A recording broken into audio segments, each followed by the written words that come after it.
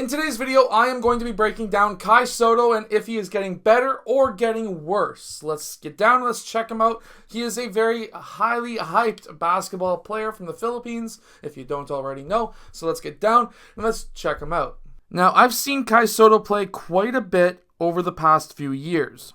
He's a really solid player, and lately, I haven't been seeing too many videos of him online. This is the most recent video, and there's a few things that I really would like to break down. For one, I would really like to point out the fact that he's shooting a three-point shot here earlier on in the possession. He does make the shot, which is good. However, this is concerning to me. If he is really such a good player, if he is spotting up for a three-point shot, and a defender is not playing him tight, that means that this defense is not caring about him shooting. He's not shooting at a high enough percentage for the defense to care about him out on the perimeter. There's one more issue that I see as well, and that is there's an off-ball screen being set here. This guy is probably expecting to have that screen set and using Kai Sotto as a dribble handoff, or he's expecting to get that screen set and cutting back door. His drop coverage was right here. Again, not even caring about Kai Sotto taking the three. To me, this is quite concerning because here it's not showing that he is willing to run a play, or at least not running a play at this point in time earlier on in the shot clock. And it's concerning that there's no defense contesting the three. I do like his court vision right here. So he's going to set that screen. If we rewind just a bit, he's about to set this staggered screen for this player because this guy was setting a screen as well. However, he noticed that his defender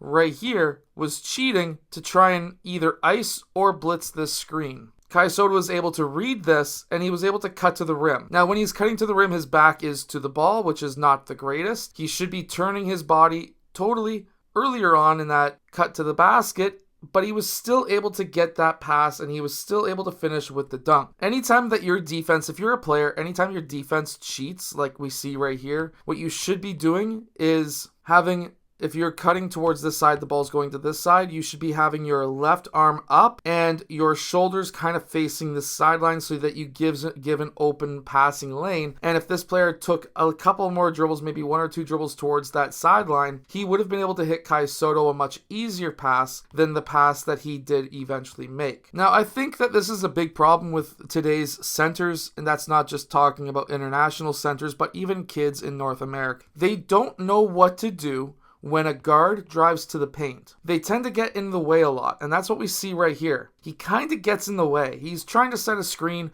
Why are we setting a screen inside the key? I'm not too sure. What he should be doing is trying to post up his man here. That would have given potentially an open shot to his teammate. However, instead, what we see is him getting the pass and going one-on-one and kind of an awkward shot. Now, this is a play that we run on my team, and I've seen a lot of teams run as well. This is a pin down screen with, or at least a pin screen right here. It would have been better if it was down here, but either way, he sets that screen. The man up top gets that ball, and then Kai Sotto sprints to the basket. Now, this is what we want to see. I know for about a year and a half of my first year and a half breaking down Kai Sotto footage, Kai Sotto would just walk, maybe jog to the rim. As soon as his teammate gets that ball, he sprints to the rim, and that allowed him to get open for that dunk. So yes, Kai Sotto is improving so far from what he was at a year ago. Now, I really want to point this out as well, and that is how he's able to set up in the key. Defenses are allowing him to set up in the key, and the referees are not calling 3 seconds in the key. Would this be called 3 seconds in the NBA? Probably not. They tend to not call that many things. We go from 18 seconds, 17, 16, 15, 14, 13.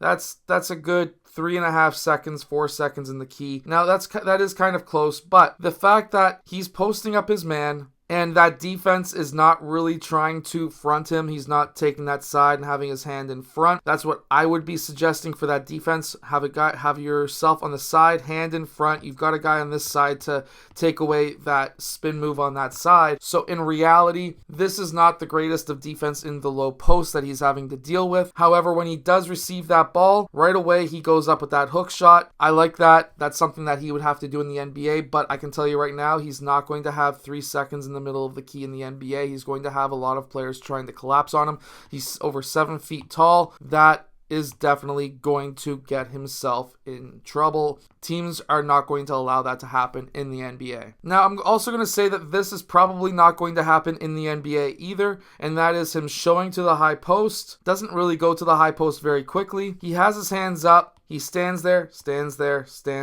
doesn't do much. At the very least, set a screen, maybe post up, do something. You can't just stand there. Even if your hands are up, you're not very active, and if that ball does go to you, you're not in an athletic enough stance to be able to attack. So I would have not passed you the ball either. These are my thoughts on Kai Sotto. They may be negative. They may be positive. We can all learn from this if we're basketball players. I hope that this has helped you. If it has, hit that like button and subscribe. And I'll see you guys again next time.